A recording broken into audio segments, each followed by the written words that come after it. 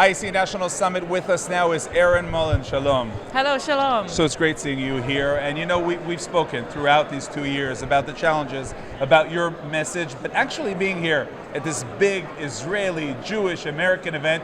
You're not Jewish. You're not American. I'm not. But you know, actually, really good point. What am I doing here? No, actually, because you're coming from that angle, how do you look at what's going on here at this, you know, being out loud pro-Israel? I think it's incredible. I think these kind of events reassure me. I look at everything that is happening. I look at what the people here value. I look at what they fight for. And it aligns with the vast majority of Western civilization. You know, freedom, democracy, hope, looking at technology, advancements, medical science, military, everything here is exactly what I believe in. It's phenomenal how aligned we are. And the strength of the Israeli-American relationship is crucial and key. And there's no, oh, gee, Israel's so lucky to have America. There is absolute equality in this relationship. In fact, some argue the other way. Wow. So I think, you know, what I see is Americans here who value the relationship and who understand why it matters and who look past the BS that we are fed from so many different quarters. So events like this show me what matters, and that reminds me why I fight. Now, when you hear people here really worried about anti-Semitism, and you're coming from Australia after the Bondi attack, you know, how do you look back, first of all, at this attack, you know, and as we're going ahead? Oh, look, it was horrific, and it still is. I think the aftermath of those events, as you know, as Israelis know all too well in the Jewish community, the shock and the trauma stays with you. Was I surprised by what happened? No, not even a little bit. I was shocked by it, but not surprised. I think every action that has occurred in Australia up until that point had led towards this kind of violence. You know, this legitimization of hate against the Jewish community, of demonizing Israel off the back of October 7, and allowing people to spread hate without any consequence. Mm-hmm.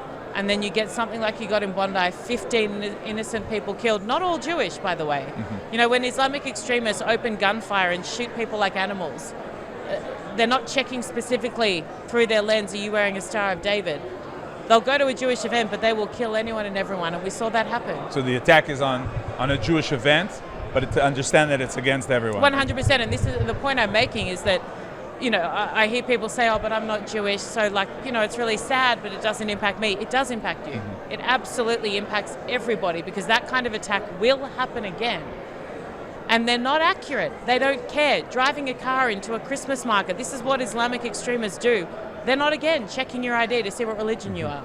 They want to kill and destroy everyone and anything. And last but not least, when, you know, in Israel we're talking about the day after. Are we at the day after the war?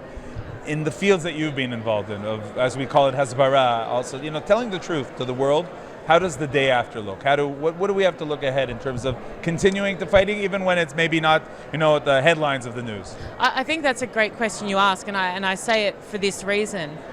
In Australia, I live in a very Jewish community, and there had started to be a sense of calm. There had started to be a sense where people had relaxed a little bit, where the couple of attacks that they'd seen, there'd been a little bit of peace, and people started to relax a little bit and started to think we'd seen this shift and this change, and then Bondi occurred. So I don't think, unfortunately, where this hate exists, you can ever truly have a day after or a moment where you go, okay, woosah, we can quit fighting for a little bit. I wish that were the case, because it is exhausting. It is, as everyone knows, everyone just existing in a space where you feel under attack, where you feel threatened or you don't feel safe is exhausting. But when this kind of evil lives in the world, and when the Islamic regime in Iran is still in power, and when we have nefarious actors who want to do us harm all over the world, who have proxies and who have people who, you can't ever relax, and that's an awful place to exist. But I don't see years ahead that there will be a day after moment, maybe not even in my lifetime. But you do see the light. I see, absolutely. Well, let's end with the light. There's light in every single day. There is light here, and there's police around us, because we need police at an Israeli-American event in America. Insane. But the light is the 6 people I hugged on the way through who said thank you. The kids that I have met who are just the most inspiring, bravest kids, the people who serve their nation. I FaceTimed my daughter this morning. That is my light. There is light. We can all find light in every single situation, and that is what we choose to focus on, and that is why we endure the hell that sometimes exists, so we can have space for the light. Light We are. Bless. Erin Molan, thank you very much. Thank you so much for having me. Great.